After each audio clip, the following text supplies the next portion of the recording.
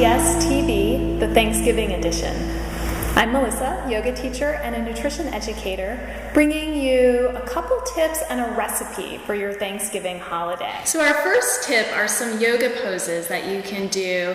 Maybe say you overate a little much during dinner. Totally fine. You can get some nice circulation going in the belly, a little bit of detoxification with some twists and some supine poses. So you can come onto your back. Hug your knee in towards your chest, extend your leg out. And so we do this a lot of times to open up the hips, but it helps bring circulation into the abdomen as well. And in fact, I kid you not, I used to have a yoga teacher who claims that pose is called wind relieving pose. I'm not quite sure if that's true or not, but that's what she said. Other poses you can do on your back are just some nice, easy supine twists. Drop your knees to one side, shoulders stay heavy to your mat. And then the final pose you can do is a good old child's pose. So bringing your knees together in child's pose. And that just helps give a little bit of gentle pressure to the belly as you lean forward. So all of those are great ways just to help if maybe you feel a little full after dinner. But the other option is just to practice mindfulness during your meal and really stopping and savoring every bite you have, especially if you're cooking. There are some estimates that the average Thanksgiving cook will have 800 calories just in little snips and bites and sips, even before you sit down to eat.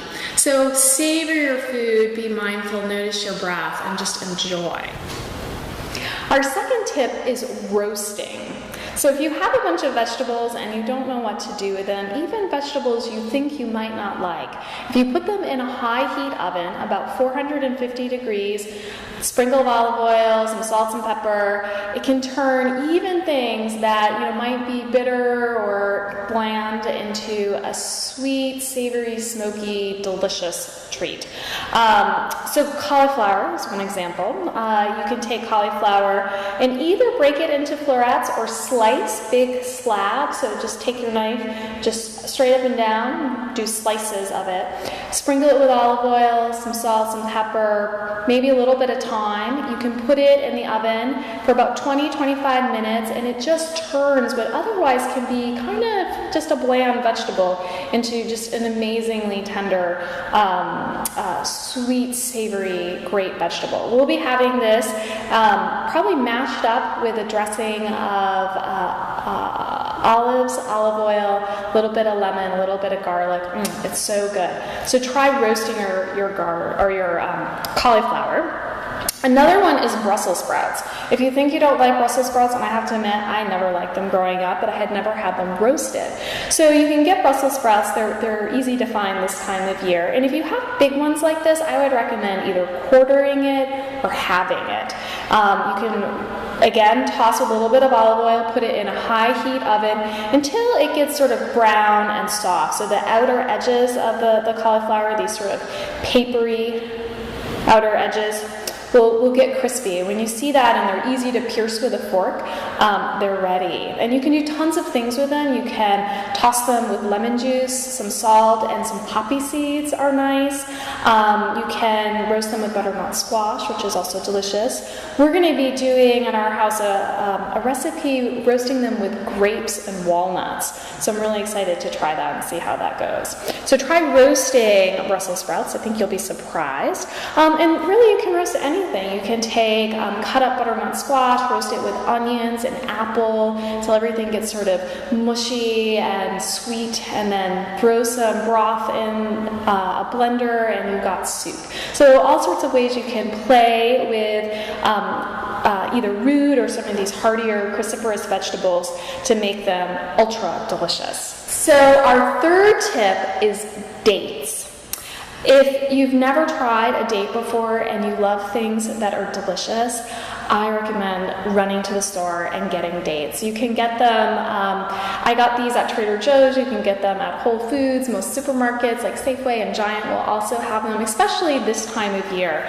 And you would never think that something this sort of funky looking could be such a little package of sweet, delicious gooiness, but they are so, so good. And you can do all sorts of things with them, especially around the holidays. You can cut them up and throw them into sweetbreads. You can make them into a savory dish. So get some wild rice, cut up some dates with some Kalamata olives, maybe a little garlic, something like that could be really lovely. But I'm going to share with you the absolute simplest recipe that you could have for an hors d'oeuvre, or maybe even you could do it as snacks after your Thanksgiving meal. So you're just going to take some dates, and they have a pit in them, so you do need to cut them open and remove the pit. You definitely don't want to eat this, and also you don't want this to end up in a blender or a garbage disposal. I've learned that lesson the hard way. It's pretty tough. And then you're going to use this whole and stuff it with a nut butter. And I love for this recipe sunflower seed butter. So it's basically the same concept as peanut butter, but sunflower seeds. And why I love the sunflower seeds is because it's roasted and toasty and a little almost smoky flavor, which is really nice. You can get this, obviously any health food store would have it, but I actually saw this at the Target in Virginia. So you can get it in places you wouldn't think. But I've also used just regular old peanut butter for this. You could use almond butter, anything that you really enjoy. And so you're just going to take some of the nut butter and stuff it into this space. And I've got one that I've already done, right? So you can fill that. And you can do this ahead of time too, which is nice. So if you want to do a platter, you can just fill them all with your nut butter. And then you're going to take some fresh rosemary and just stick it right into the nut butter. Okay. And then here is the magic ingredient for this, which is not so secret at all. It's just plain old kosher salt. So you want to use the salt that has the really big flakes, not iodized salts or regular old table salt. You want something that has kind of a real texture to it. And you just sprinkle the salt on top. And you would do that right before serving. So if you're going to make them ahead of time, stuff them all and then do the sprinkle of salt right at the end. And so what the salt does is it kind of mixes with the smokiness of the nuttiness of the butter, and then the sweetness of the date. And dates are so sweet, they're so lovely. And you get this sort of all-around really fabulous flavor combination. It's sort of like a healthy version of a caramel, sort of savory caramel. So stuffed dates, super easy. You've got what, 1, 2, 3, 4 ingredients here, and you don't even have to count the salt. So fast, easy, your guests will love it, super healthy, super good.